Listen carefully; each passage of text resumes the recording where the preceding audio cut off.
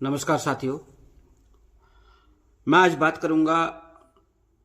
मैंने आज कुछ पुस्तकें मंगाई हैं।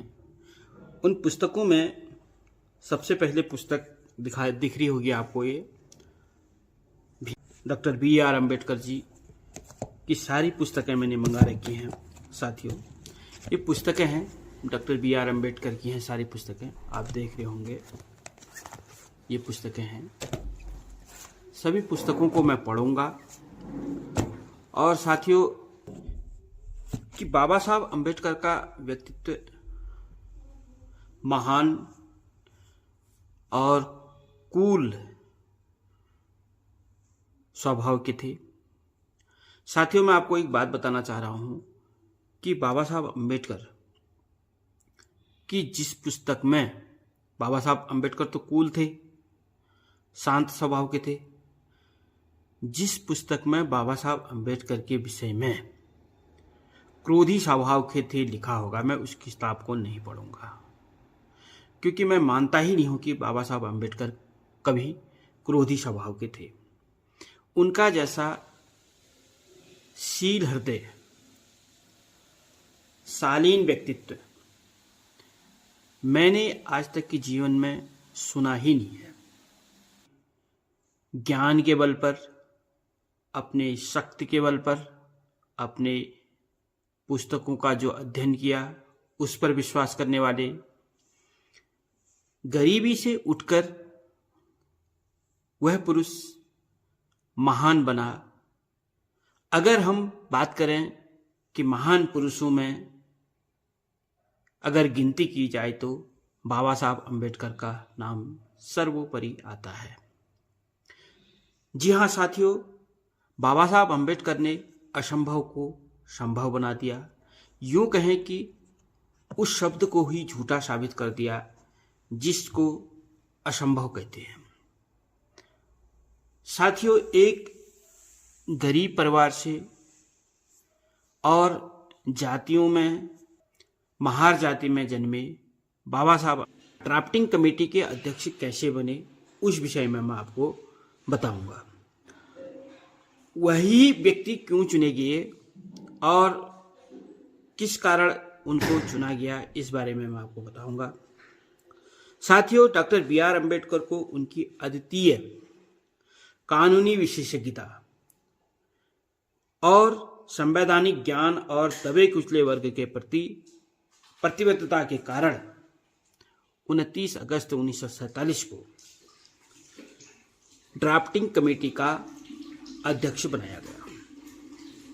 महात्मा गांधी जी ने उनके ज्ञान के प्रति प्रतिबद्धता को ध्यान में रखते हुए उनके समावेशी विचारधाराओं के साथ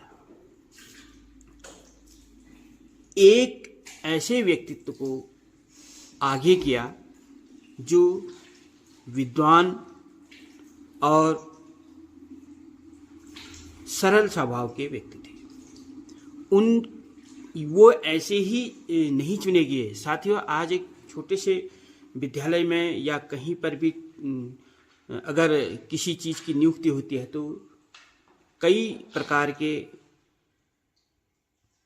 नियुक्तियों में जो है तो विभिन्न प्रकार के टेस्टों के साथ गुजरना पड़ता है। प्रे, मेंस और इंटरव्यू के साथ गुजरना पड़ता है।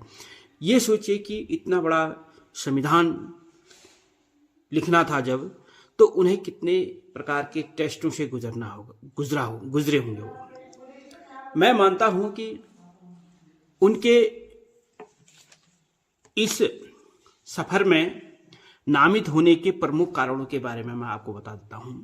उनके नामित होने के प्रमुख कारण थे कानूनी विद्वान। एक तो सबसे पहला कारण था कि वह कानून के बड़े ज्ञाता थे। वे प्रमुख प्रख्यात न्यायविद और अर्थशास्त्री थे जिन्होंने विभिन्न देशों के संविधानों का अध्ययन किया था। ये एक छोटी मोटी बात नहीं थी।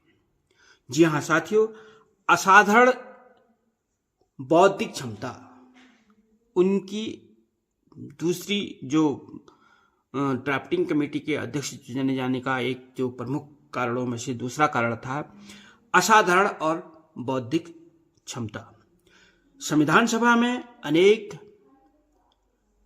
बौद्धिक कौशल और बहसों के संचालन के कारण उन्हें यह जिम्मेदारी दी गई। जी हां साथियों, तीसरा कारण था समावेशी दृष्टिकोण।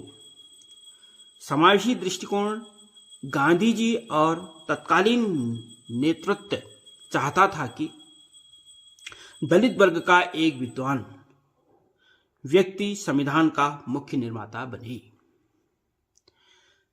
बात थी कि इतने थे ही सीमित नहीं था, बात थी वह व्यक्ति ऐसा होना चाहिए निष्पक्ष और संतुलन बनाने वाला। वह डॉक्टर बी.आर. अम्बेडकर जी में यह कूट कर भरा हुआ था। वह एक निष्पक्ष व्यक्ति थे और संतुलन के साथ चला करते थे। जी हाँ साथियों, बाबा साहब अम्बेडकर का मानना था कि संविधान का पालन किया जाना बहुत जरूरी है और उन्हें लोकतांत्रिक तरीके से संविधान के मसौदे को तैयार किया। उन्होंने लोकतांत्रिक तरीके से संविधान का मसौदा तैयार किया। जी हाँ साथियों, डॉक्टर बी.आर. अम्बेडकर एक कानूनविद, असाधारण व्यक्तित्व, बौद्धिक क्षमता, समावेशी दृष्टिकोण और निष्पक्ष और संतुलन बनाने वाले व्यक्तियों में से एक थे। जी हाँ साथियों, विद्वान होने के साथ साथ संतुलन जरूरी है। जय भीम साथियों। आज के वीडियो में हम फिर बात करेंगे नेक्स्ट टाइम। धन्यवाद साथियों। मेरे चैनल को आप लाइक कीजिएगा, सब्सक्राइब कीजिएगा और फॉलो कीजिएगा।